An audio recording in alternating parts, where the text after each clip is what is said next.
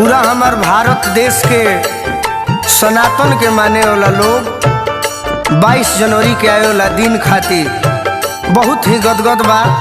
पूरा देश खुश बा। ये खुशी के माहौल में हम गोलू राजा एगो गीत रउरा सबके बीच भेजा तनी, काहे कि हमनियों को उतने खुश बनी जा जितना रउरा सब खुश बनी।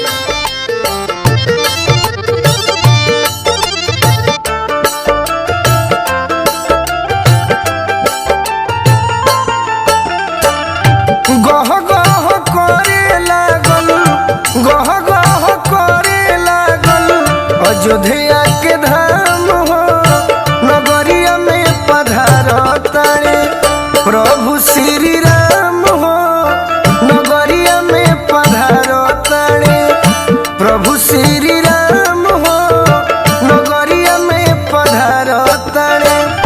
गह गह करे लागल, गह गह करे लागल अयोध्या के धाम हो, नगरिया में पधारतारे प्रभु श्री राम हो, नगरिया में पधारतारे प्रभु श्री राम हो, नगरिया में पधारतारे। कालिका स्टूडियो आरा।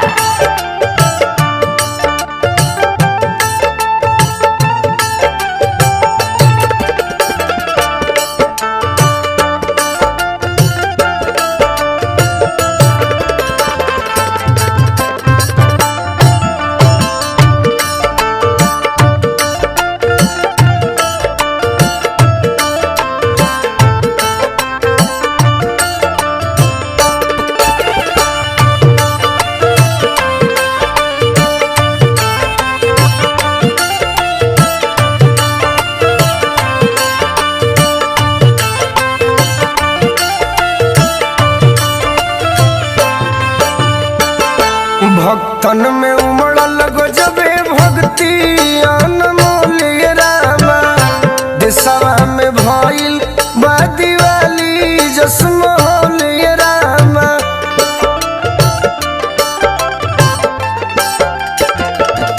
हाँ, भक्तन में उमड़ल गजबे भक्ति अनमोल रामा, देशवा में भइल बा दिवाली जसमोल रामा। दर्शन ला कर सत बड़ुए, दर्शन ला कर सत बड़ुए लोगवा तमाम हो, नगरिया में पधारस अपना प्रभु श्री राम हो, नगरिया में पधारत बाड़े प्रभु श्री राम हो, नगरिया में पधारत बाड़े।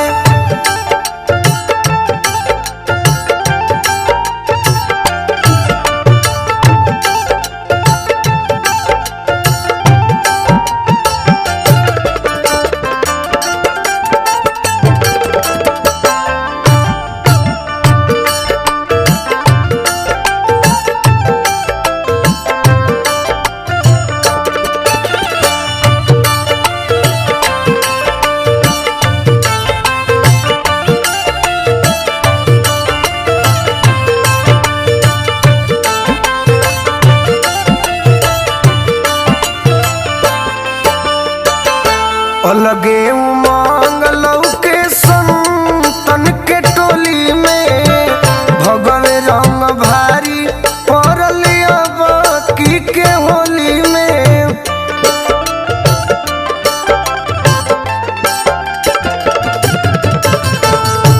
अलगे